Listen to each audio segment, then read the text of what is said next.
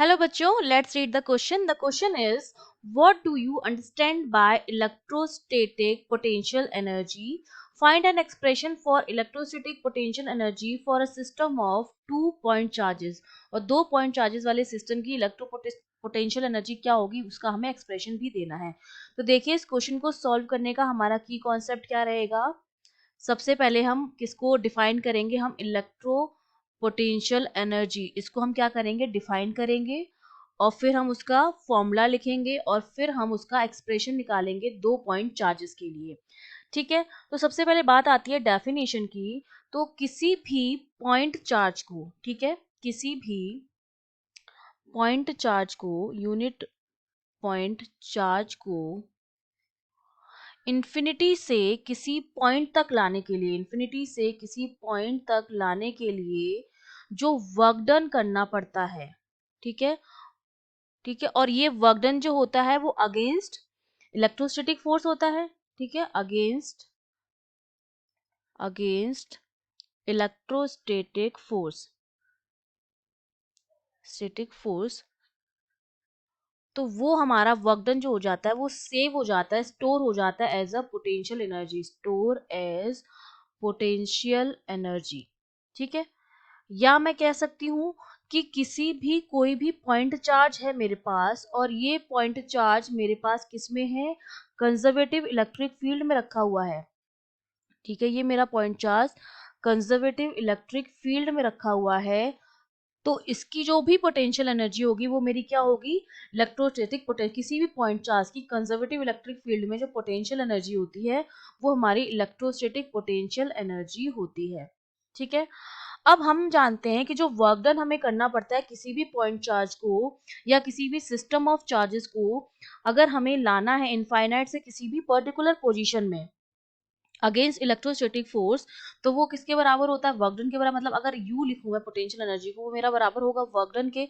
और हम जानते हैं कि यही वर्क डन जो होता है वो हमारा किसके बराबर होता है, क्यू इंटू वी के बराबर होता है, क्यू वी के बराबर होता है। तो ये मेरा एक्सप्रेशन किसका आ गया, पोटेंशियल एनर्जी का आ गया है कि किसी भी पॉइंट चार्ज का जो पोटेंशियल होता है उस कंजर्वेटिव इलेक्ट्रिक फील्ड में, इस पॉइंट पर जो भी पोटेंशियल होगा उसको अगर मैं इस पॉइंट चार्ज से मल्टीप्लाई कर दूं तो वही मेरी क्या हो जाएगी, पोटेंशियल एनर्जी हो जाएगी। तो ये हमारा कितना आ गया, U equals to W work done के बराबर होता है और यही वर्क डन जो होता है क्यू वी के बराबर होता है, उस पॉइंट पर जो पोटेंशियल होता है उससे बराबर होता है। अब हमें दो चार्जेस के सिस्टम की क्या निकालनी है, पोटेंशियल एनर्जी निकालनी है। तो हमने मान लिया कि मेरे पास दो चार्जेस हैं। सपोज यहाँ पर चार्ज जो मेरे पास था वो Q1 है और यहाँ पर चार्ज जो है वो Q2 है। ठीक है, इन दोनों के बीच की डिस्टेंस जो है वो R है।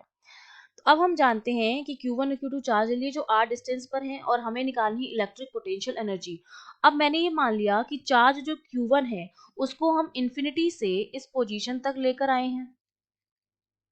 ठीक है, तो इसका मतलब जब इन्फिनिटी से आया इस पोजीशन पर तो कोई भी वर्क डन नहीं होगा क्योंकि यहाँ पर कोई भी दूसरा चार्ज था नहीं इसको रिपेल करने के लिए, अट्रैक्ट करने के लिए।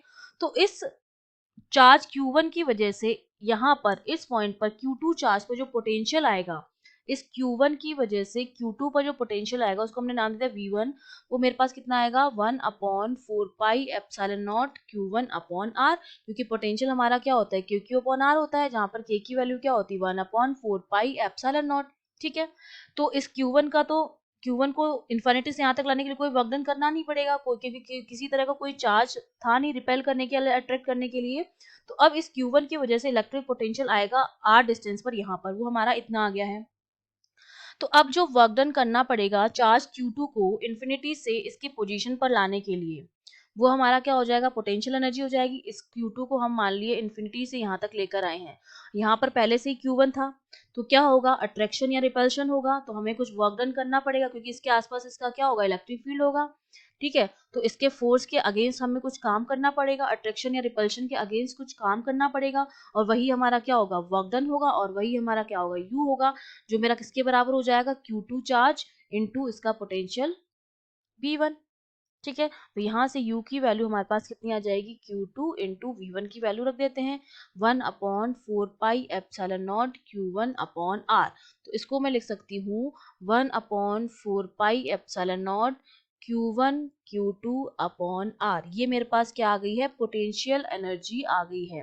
ठीक है, तो अगर दोनों चार्जेस सेम नेचर के होंगे तब तो पोटेंशियल एनर्जी हमारी पॉजिटिव आएगी, और अनलाइक चार्जेस होंगे तो क्या आएगी, नेगेटिव आएगी। ठीक है, अगर दोनों चार्जेस जो होंगे वो सेम होंगे तब तो यू मेरा क्या होगा, पॉजिटिव होगा, और अगर दोनों चार्जेस मेरे जो हुए वो अनलाइक हुए तो पोटेंशियल एनर्जी जो मेरी होगी वो नेगेटिव आएगी। तो ये हमारा आंसर हो गया। I hope you understood well. All the best.